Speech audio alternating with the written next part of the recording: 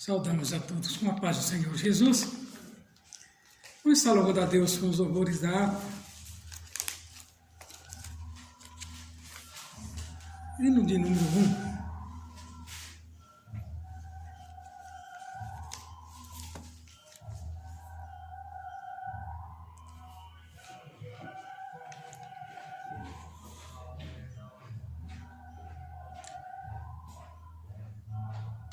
Deus prometeu com certeza chuvas de graça mandar, Ele nos dá fortaleza,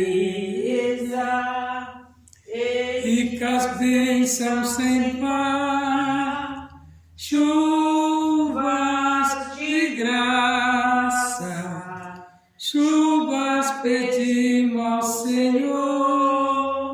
Manda-nos chuvas constantes, chuvas do Consolador. Cristo nos tem concedido o Santo Consolador, de plena paz nos enchido para o reinado de amor. Chuvas de graça, chuvas pedimos ao Senhor, manda-nos chuvas constantes, chuvas do Consolador. Dá-nos, Senhor, amplamente teu grande gozo e poder, fonte de amor permanente, põe dentro de nosso ser chuvas de graça, chuvas pedimos ao Senhor, manda-nos chuvas constantes, chuvas do Consolador. Faz os teus servos piedosos, dai-lhe virtude e valor, dando seus dons preciosos do santo preceptor. Chuvas de graça, chuvas pedimos ao Senhor, manda-nos chuvas constantes, chuvas do Consolador. Louvamos ainda o 2 da nossa harpa, saudosa lembrança. Oh, que saudosa lembrança tenho de ti, ó Sião, terra que eu tanto amo, pois é do meu coração. Eu para ti voarei, quando o Senhor meu voltar, pois ele foi para o céu e breve vem me buscar. Sim, eu porfiarei por esta terra de além, e lá terminarei as muitas lutas de aquém. Lá está meu bom Senhor, a qual eu desejo ver. Ele é tudo para mim e sem ele eu não posso viver. Bela, muito bela esperança dos que vigiam por ti, pois eles recebem força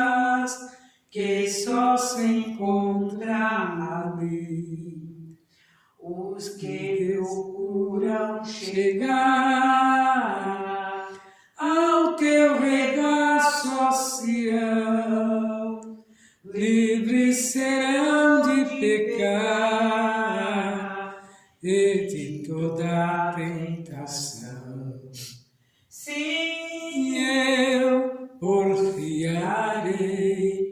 por esta terra de além e lá terminarei as muitas lutas de aqui. Lá está meu bom Senhor, a qual eu desejo ver. Ele é tudo para mim e sem Ele eu não posso viver. Diz a Sagrada Escritura que são formosos os pés daqueles que boas novas levam para os infiéis. E se tão belo é falar desta grandezas aqui, que não será o gozar a graça que existe ali. Sim, eu porfiarei por esta terra de além e lá terminarei as muitas lutas de aqui. Lá está meu bom Senhor, a qual eu desejo ver. Ele é tudo para mim e sem Ele eu não posso viver. Graças a Deus. Um louvor muito importante para o cristão. Diz da lembrança, né? Mesmo não estando no céu, mas temos lembrança do que a Bíblia nos relata, do que é o céu. Ainda louvamos a Deus, hino 3 da nossa harpa. Plena paz e santo gozo tenho em ti, ó meu Jesus, pois eu criei em tua morte sobre a cruz. No Senhor só confiando, neste mundo viverei, entoando aleluias ao meu Rei. Oh, glória, meu Jesus, pois é digno de louvor, é meu Rei, meu bom pastor, é meu Senhor. Com os anjos que os louvam, também o louvarei, entoando aleluias ao meu Rei. O amor de Jesus Cristo é muito grande para mim, pois sua graça me encheu de amor sem fim. Jesus foi para a glória, mas um dia o verei, entoando aleluias ao meu Rei. Oh, glória, meu Jesus, pois é digno de louvor, é meu Rei, meu bom pastor, é meu Senhor. Com os anjos que os louvam, também o louvarei, entoando aleluias ao meu Rei. Este mundo não deseja tão bondoso Salvador, não sabendo agradecer seu grande amor. Eu, porém, estou gozando do favor da sua lei, entoando aleluias ao meu Rei. Oh, glória, meu Jesus, pois é digno de louvor, é meu Rei, meu bom pastor, é meu Senhor. Com os anjos que o louvam, também o louvarei, entoando aleluias ao meu Rei. Quando o povo israelita dando glórias ao seu nome sem cessar. Nesse tempo, céu e terra hão de ser a mesma grei, entoando aleluias ao meu Rei. Oh, glória ao meu Jesus, pois é digno de louvor. É meu Rei, meu bom pastor, é meu Senhor. Com os anjos que o louvam, eu também o louvarei, entoando aleluias ao meu Rei. Graças a Deus, que já temos louvado a Deus com os louvores da harpa. Você, prezado amigo da Palavra de Deus, irmãos em Cristo, que está participando conosco neste momento tão agradável, nós queremos convidá-lo a abrir as vossas Bíblias no livro de Juízes, capítulo 6, uma leitura muito importante. Eu vejo essa leitura como uma das principais da Bíblia, onde mostra o cuidado que Deus tem com o seu povo, mesmo fora da posição, mas tem sempre, alguém que lembra que existe um Deus que peleja pelas suas causas. Diz assim a palavra de Deus, Juízes capítulo 6.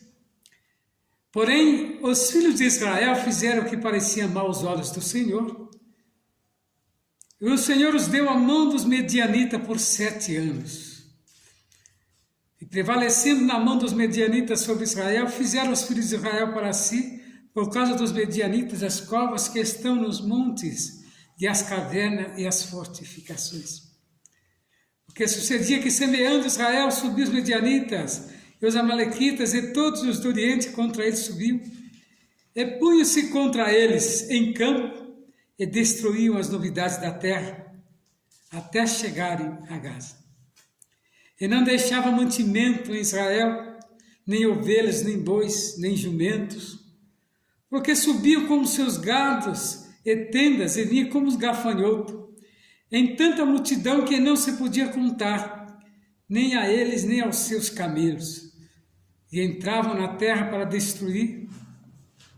E assim Israel empobreceu muito pela presença dos medianitas, e então os filhos de Israel clamaram ao Senhor. E sucedeu que, clamando os filhos de Israel ao Senhor por causa dos medianitas, enviou o Senhor um profeta aos filhos de Israel e lhe disse: assim diz o Senhor Deus de Israel: do Egito vos fiz subir, e vos tirei a casa da servidão, e vos livrei da mão dos egípcios e da mão de todos quantos vos oprimiam. Eu os expeli de diante de vós, e a vós dei a sua terra, e vos disse: eu sou o Senhor vosso Deus, não temais aos deuses dos amorreus, nem cuja terra habitais, mas não deste ouvido à minha palavra. Está aqui explicado o porquê do sofrimento daquele povo. Deus havia libertado eles, tirado da mão de vários povos que o oprimiam, principalmente do Egito, onde eles estiveram muito tempo prisioneiros. Mas parece que a lição de tempos em tempo era esquecida. E Israel veio novamente a se ajuntar com tribos pagãs que serviam a outro Deus, e eles iam mesmo adorar. Casavam-se com aquelas mulheres e as práticas voltavam, tudo esqueciam-se de Deus e das maravilhas que Deus tinha feito para com eles quando tirou do Egito. E Deus se retirava do meio deles, porque aonde não há invocação de Deus, Deus não tem como operar. Estamos vivenciando na terra dias difíceis, mas eu tenho observado que a igreja é atuante.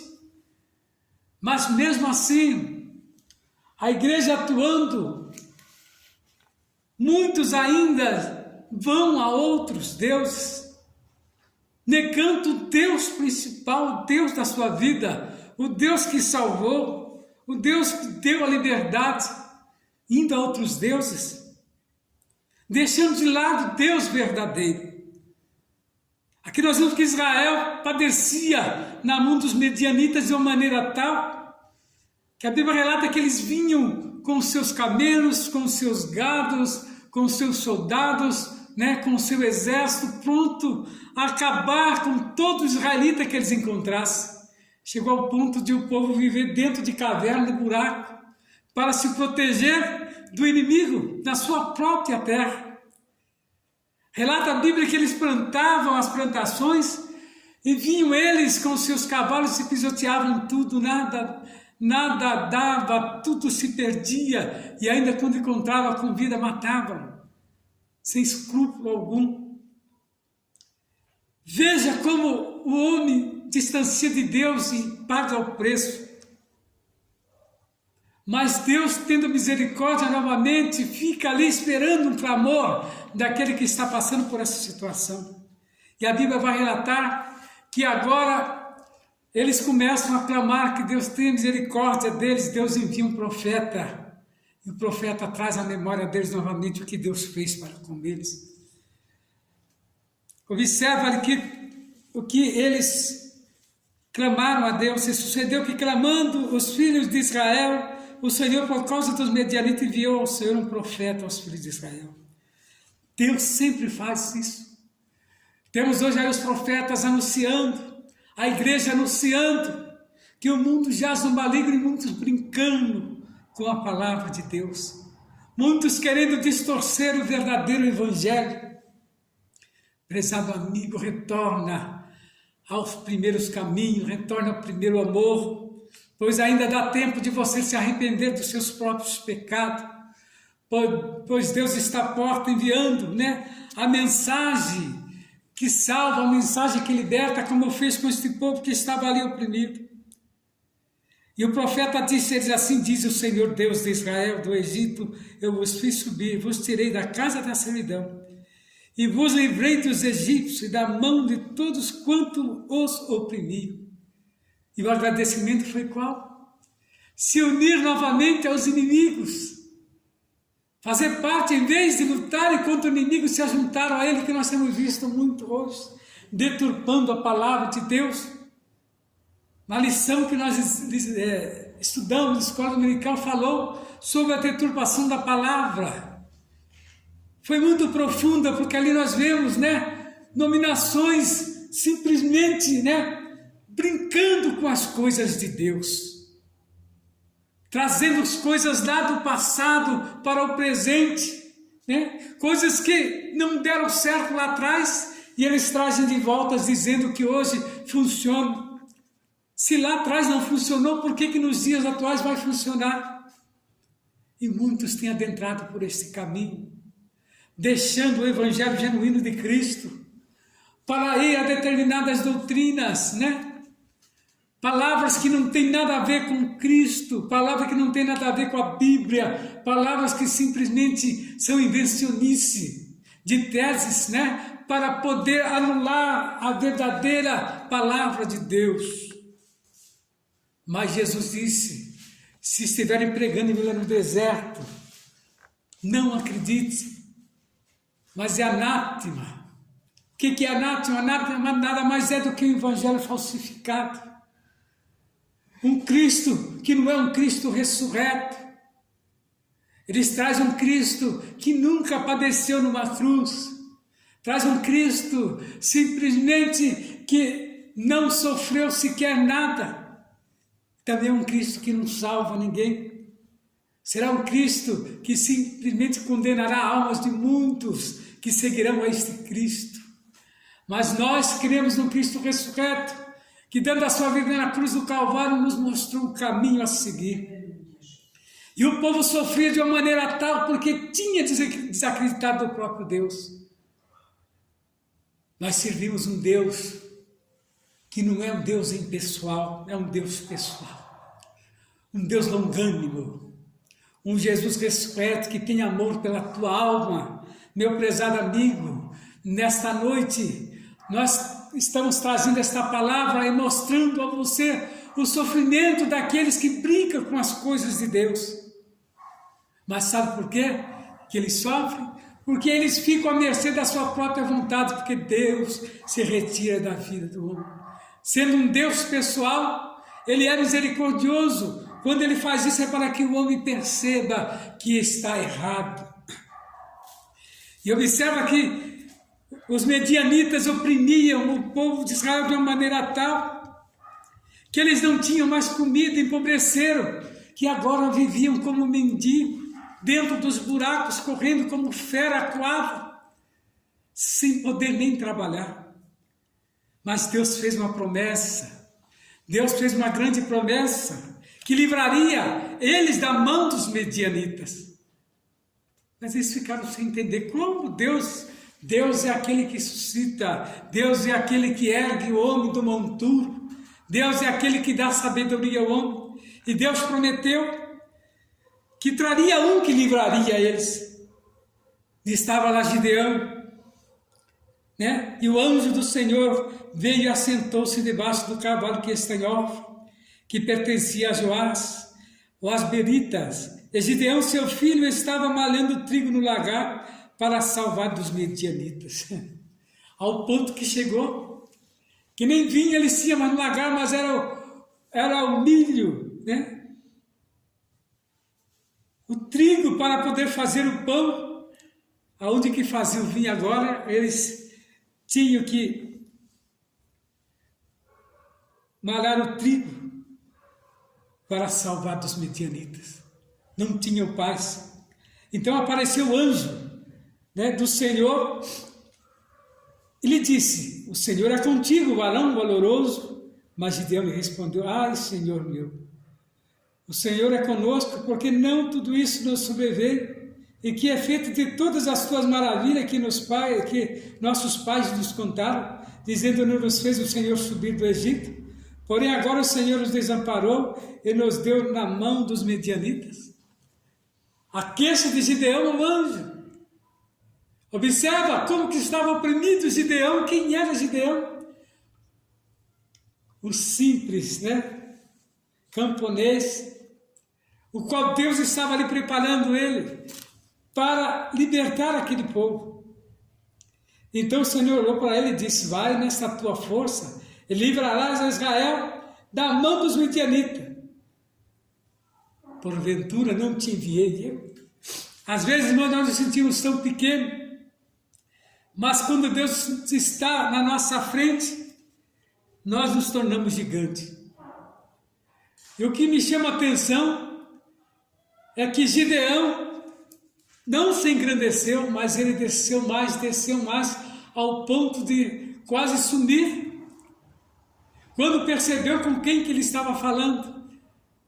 Mas a certeza ele ainda queria ter quando ele pediu para preparar aquele altar para aquele anjo. E então o Senhor olhou para ele e disse: vai, nesta tua força livrará Israel da mão dos medianitas. Porventura não te enviei eu? E ele disse: ai, Senhor meu, como que livrarei Israel? Eis que a minha família é mais pobre em Manassés, e eu, o menor da casa de meu pai. E o Senhor lhe disse: porquanto eu hei de ser contigo, tu ferirás o medianita como se fosse um só homem. Às vezes nós estamos diante de problemas gravíssimos que nós não vemos solução. Mas esse homem estava aqui pesaroso. Eu creio que ele não via a solução, mas Deus estava a observar. E Deus às vezes está te observando. E você não percebe que algo de extraordinário está em sua volta. Muitas das vezes Deus manda anjos para falar com você, com a gente, e nós às vezes até renegamos. Deus envia mensagens, né? E nós queremos ver, né, tudo materializado, mas as coisas de Deus não é como nós queremos, é como Ele quer. Eu creio que Gideão esperava que Deus mandasse um exército grandioso de anjos, mas não é dessa maneira que Deus queria livrar aquele povo que estava em sofrimento. Mas Deus queria fazer uma coisa extraordinária e mostrar que Ele estava no meio do povo. Às vezes muitos ficam sem entender o trabalhar de Deus. Mas Deus trabalha com o homem com as ferramentas que Ele tem em suas mãos. Observa que se Deus quisesse, poderia mandar uma legião de anjos ali e destruir tudo, mas e aí como que ficaria? O povo viria aquilo e voltaria novamente às práticas. Porque falar, já que Deus nos livrou, é só nós clamar a Ele, Ele manda o socorro, não é bem assim. Primeiro tem que passar pelo processo de Deus. E se você está passando por um processo difícil, espera no Senhor, pois em breve Ele trará a solução para o seu problema. Se há problemas de cura, se há libertação, né? Se é financeiro, se é matrimonial, enfim, qualquer tipo de problema, o Senhor tem a solução. Eu creio que Gideão estava malhando aquele trigo no lagar ali, pensando, o que será de nós no dia de amanhã? E quando de repente, o anjo observando ele trabalhar. Então são lições que nós tiramos de quando Deus nos prepara para determinada batalha. E Deus avisou a ele, e ele disse, né, que o Senhor tinha achado graça nele, e ele pediu um sinal. Pediu um sinal, rogo-te que daqui não te apartes até que eu venha, a ti traga meu presente e ponha perante ti.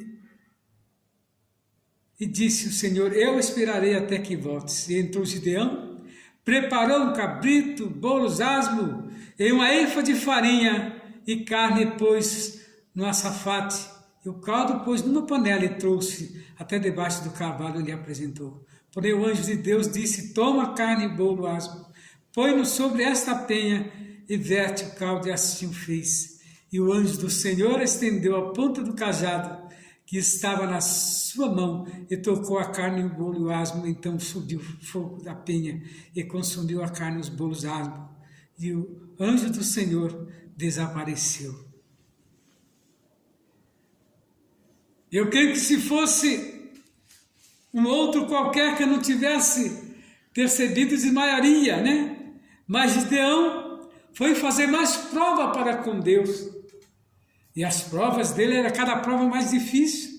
Às vezes o homem tem, né, que fazer prova com Deus para não dar passada errada. E nós vemos que Deus continuou, né, falando com ele. E então aconteceu que naquela mesma noite o Senhor lhe disse, toma boi de teu pai, a saber, segundo boi de 7 anos, e derriba o altar de Baal, é de teu pai, corta o bosque que está ao pé dele, e edifica ao Senhor teu Deus um altar, no cume deste lugar forte, no lugar convertente, e toma o segundo boi, e oferecerá em holocausto, com a linha que cortares do bosque. São a exigência de Deus, às vezes, para que Ele possa operar de uma maneira extraordinária na vida do crente, ou daquele que está passando por dificuldade, é que nós consertamos o altar, é que nós tiramos aquilo que está servindo de empecilho, de impedimento, para que Deus possa operar grandemente, né, na vida daquele que está passando por problema. E o povo aqui estava desta maneira, mas tinha lá um motivo, era aquele altar, pois eles estavam simplesmente adorando a Baal. E quem era Baal? Baal nada mais era do que aqueles deuses o qual Elias, né, matou aqueles 900, mas ainda havia restolho dessa seita espalhada por todo aquele meio, e muitos serviam, e era um impedimento de Deus. E coube agora a Gideão destruir aquela imagem, destruir aquele bosque, e enfim assim foi feito. E levantando-se, pois, os homens daquela cidade de madrugada, eis que estava o altar de Baal derrubado, e o bosque que estava ao pé dele cortado, e o segundo boi foi oferecido ao altar, de novo edificado. Olha como já começou a tomar outra forma. Deus operando no meio daquele povo, e um dos homens disseram, quem fez estas coisas? Inquirindo, disseram, Gideão, filho de Joás, fez estas coisas. Então observa que Gideão agora, tendo a certeza de que Deus estava ao lado dele, se tornou um gigante. se tornou uma liderança. Uma pessoa que era tão calma, tão pacata, agora se tornou uma liderança, né? E no nome do Senhor dos Exércitos, Ele fez todas estas coisas, né? Então nós vemos que de todos os medianitas, Amalequita e os filhos do Oriente se ajuntaram num corpo e passaram e puseram, né, o seu campo no vale de Jerel. E então o Espírito do Senhor revestiu a Gideão, o qual tocou a buzina, e os asberitas se ajuntaram a ele e enviou mensagem por todas as tribos de Manassés, que também se convocou após ele, também enviou mensageiros, né? E disse Gideão a Deus: se há de livrar Israel por minha mão, como tem dito, né? E foi ele fazer mais uma prova com Deus a respeito daquele velo de lã. E Deus aprovou as 2 vezes que ele fez a prova com Deus, Deus o aprovou. E Deus envia ele, né? E deu a ele 300 homens para que ele pudesse vencer aquele exército. Então nós vemos, irmãos, que nesse texto sagrado nos mostra o critério divino para a escolha, né? Às vezes de famosos, né? E aqui nós vemos Deus separando 300 valentes de Gideão. A história dos 300 valentes de Gideão e de sua vitória contra um exército inimigo, com mais de 100.000 soldados, é sem dúvida uma das mais brilhantes, né, batalhas registradas na Escritura. Como disse o próprio Jonatas ao seu escudeiro: porque para com o Senhor nenhum impedimento há de livrar, com muitos ou com poucos. Então Deus, na frente da batalha, nós não somos derrotados, mas com a nossa própria força nós venceremos. Então nós vemos que a Escritura nos traz grandes façanhas, né, daqueles que confiaram em Deus. Nós vemos que lá em Deuteronômio 21, o Senhor já havia animado ao seu povo, dizendo: quando saíres a peleja contra os teus inimigos, e vires cavalos e carros, o povo maior é o número do que deles não terás temor, pois o Senhor teu Deus, que te tirou da terra do Egito, está contigo. Então Deus está pronto sempre a ouvir o nosso clamor. Deus está pronto sempre a vir em nosso socorro. E por que temer?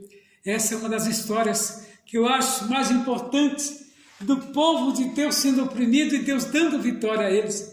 Você, amigo, ouvinte da palavra de Deus nesta noite, saiba que o Senhor quer fazer também na tua vida o que fez com Gideão e te dar a vitória necessária. Eu já falei a respeito dos seus problemas, que para Deus não existe problema difícil. O obstáculo está em nós abrir a porta do nosso coração e deixar Ele trabalhar nas nossas causas. E que nesta noite, meu prezado amigo da palavra de Deus, você possa receber de Deus a vitória e que essa palavra vai de encontro ao seu coração. Já estarei encerrando a mensagem dessa noite, crendo que o Senhor falar ao seu coração e que Deus abençoe grandemente a sua vida. Continue, que tem mais uma porção da palavra de Deus nesta noite. Amém.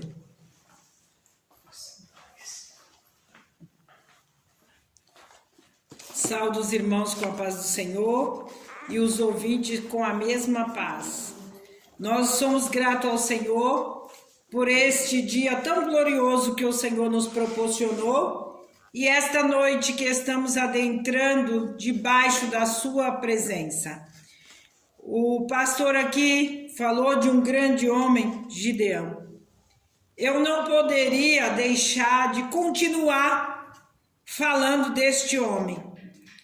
É uma frase de encorajamento que Gideão recebeu do anjo do Senhor, que vai sempre marcar a vida, sempre marcou a vida de Gideão e vai marcar as nossas vidas também, porque verdadeiramente é uma frase gloriosa, né?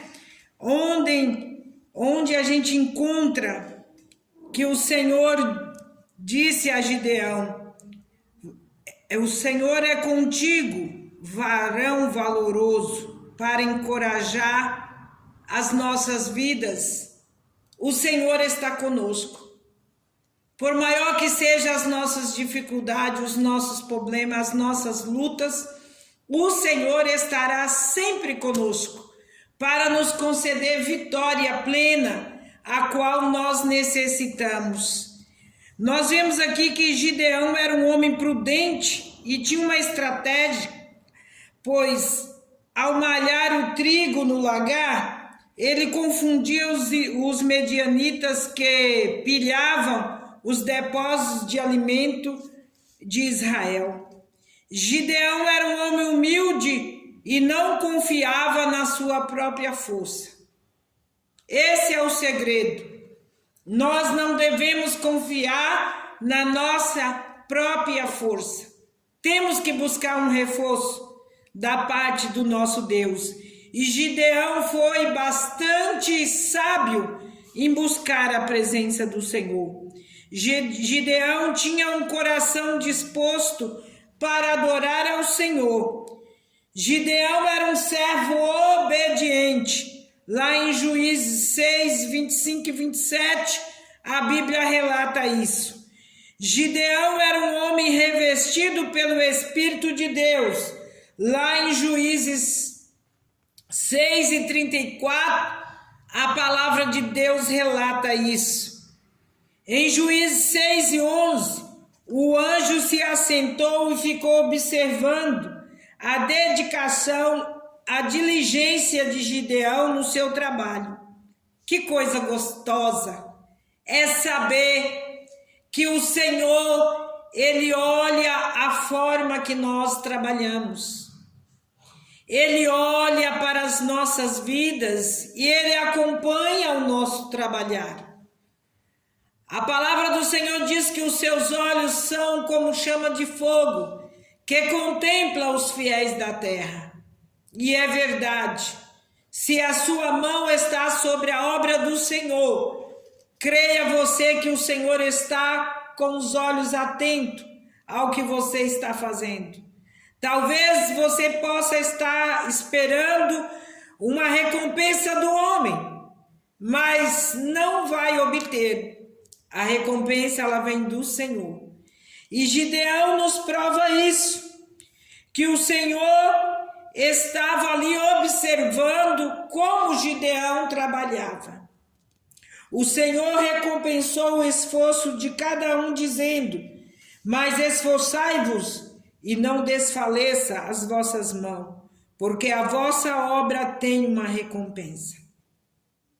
Em 2 Crônicas 15, 7, o Senhor fala conosco nesta palavra, dizendo isto: há uma recompensa para o nosso trabalho. Esta recompensa não vem de homem, mas ela vem de Deus, que fez os céus e a terra.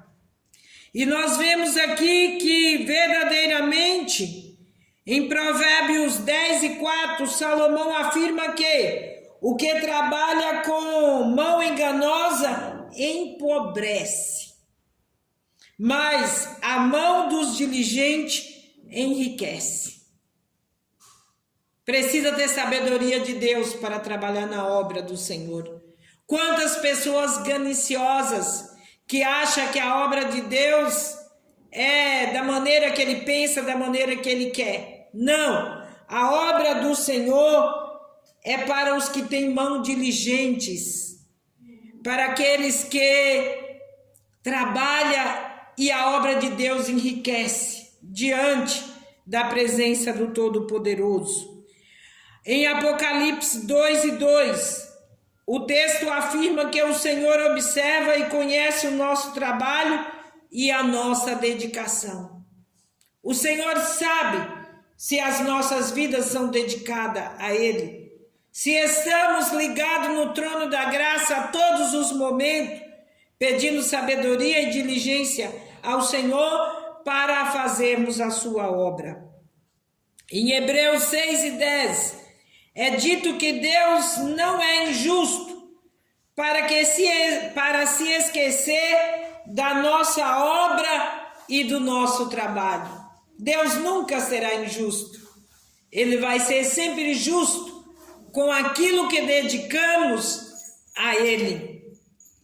E para concluir esta palavra, por meio da história de Gideão, nós aprendemos que o Senhor valoriza e escolhe as pessoas que são dedicadas ao seu trabalho e que fazem. E com isso nos encoraja a permanecermos firmes, constantes, sempre abundantes na obra do Senhor, sabendo que o trabalho não é vão no Senhor. O nosso trabalho não é vão no Senhor. O Senhor é aquele que nos observa e vai nos recompensar segundo as nossas obras, segundo aquilo que fazemos para Ele.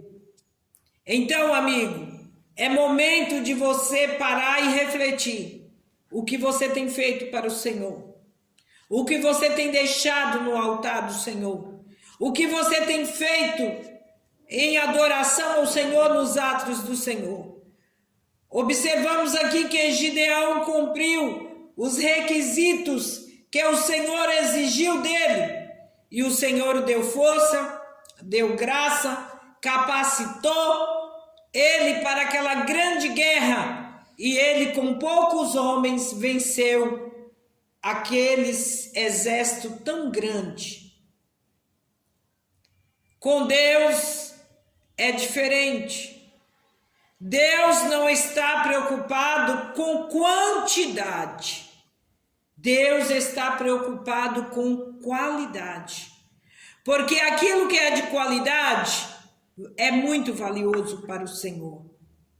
Então, que você possa meditar e refletir e ver que verdadeiramente para adorar o Senhor, nós precisamos ter habilidades, precisamos ter diligência, precisamos ter obediência, precisamos ser humildes, simples diante da presença do Senhor, para que Ele possa nos impelir pelo seu Espírito Santo e nos capacitar a cada dia mais para realizarmos a obra do Senhor enquanto estamos na face desta terra. Eu fico meditando o quanto é a bondade, o quanto é a misericórdia, o quanto é o poder do nosso Deus para com nossas vidas. Quando a gente observa o salmista Davi expressando para o Senhor as suas fragilidades, as suas dificuldades, os seus embaraços, nós pegamos para nós que é necessário que nós apresentamos ao Senhor as nossas dificuldades, as nossas imperfeições, para que Ele venha trabalhar em nossas vidas, mudando em nossas vidas. Primeiro, muitas das vezes nós queremos que as pessoas mudem, mas primeiro o Senhor vai nos mudar. Primeiro o Senhor vai nos transformar. Primeiro o Senhor vai nos ensinar a ter intimidade com Ele, para depois nós avançarmos na obra dEle, naquilo que Ele quer nos usar, naquilo que Ele quer realizar através das nossas vidas. É glorioso a gente confiar no Senhor, a gente permanecer no Senhor. Ontem nós estávamos aqui em casa e chegou um pastor, muito amigo nosso, e ele veio agradecer ao Senhor por uma vitória muito grande que o Senhor deu para ele. Em outros vídeos eu fiz o comentário que ele estava esperando do Senhor uma vitória. E uma coisa que eu observei naquele homem enfermo, mas ele não parou de adorar.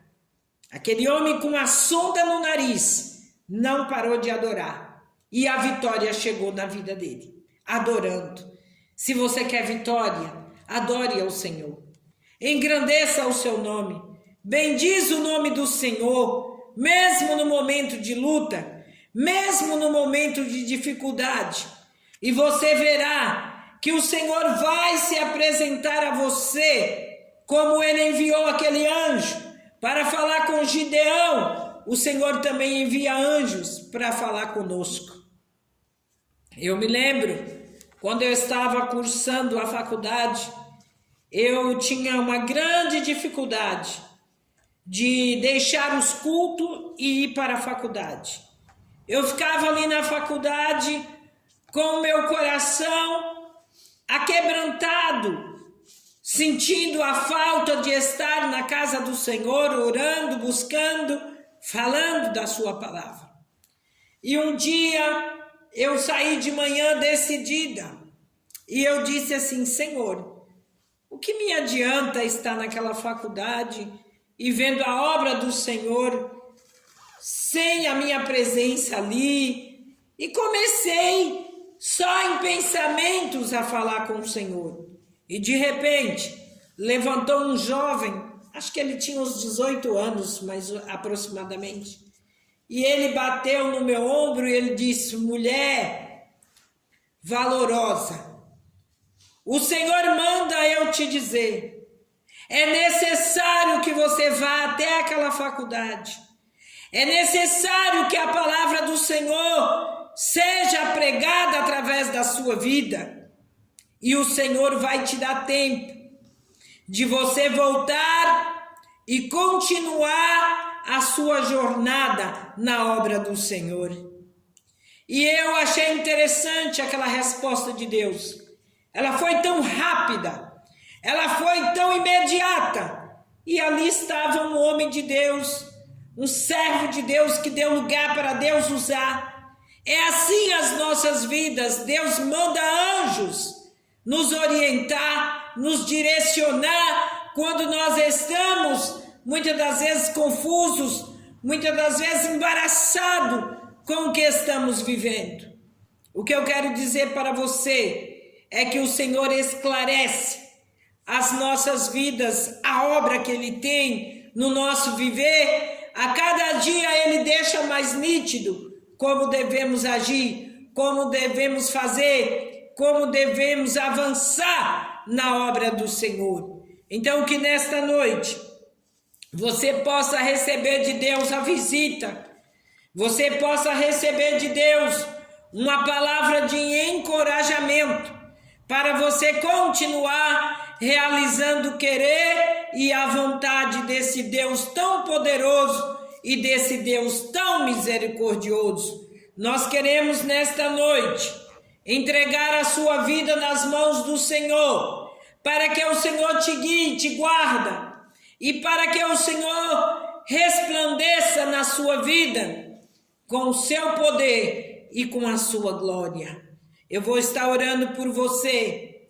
Creia que o Senhor vai te dar discernimento, sabedoria, diligência de como você conciliar a obra do Senhor em sua vida. Amado e eterno Deus, neste momento, Senhor, eu entrego nas tuas vidas os teus servos, Senhor, que estão embaraçados muitas das vezes com as lutas do dia a dia, mas tu és um Deus sábio, um Deus misericordioso, um Deus justo, um Deus grande, que opera de maneira tal na vida do ser humano, se revelando em nossas vidas com a tua sabedoria, com a tua grandeza, com o teu poder, com a tua autoridade, Senhor. Eu peço nesta noite que estas vidas sejam visitadas, que estas vidas sejam esclarecidas pela tua palavra, porque a tua palavra nos dá ânimo, a tua palavra nos dá vigor, a tua palavra nos dá diretrizes para nós caminharmos na tua vontade e na tua obediência. Amado e glorioso Deus, faça um reboliço na vida destas pessoas, como o Senhor fez na vida de Gideão. Alabraçóbia, andarabacébia, enderamanassúbia, enterremenécia. Essas mentes que estão confusas, tira toda a confusão. Alabrai, o sabiaiacai. As mentes que estão, Senhor, dominada pelo temor, rasote calabra súbia, caia por terra todo temor, caia por terra toda dúvida, pela autoridade que há Jesus. Eu entrego essas vidas nas tuas mãos, crendo no milagre a qual o Senhor operou na vida de Gideão. O Senhor é o mesmo para operar nestas vidas. Nós te agradecemos em nome do Pai, do Filho e do Espírito Santo de Deus. Amém.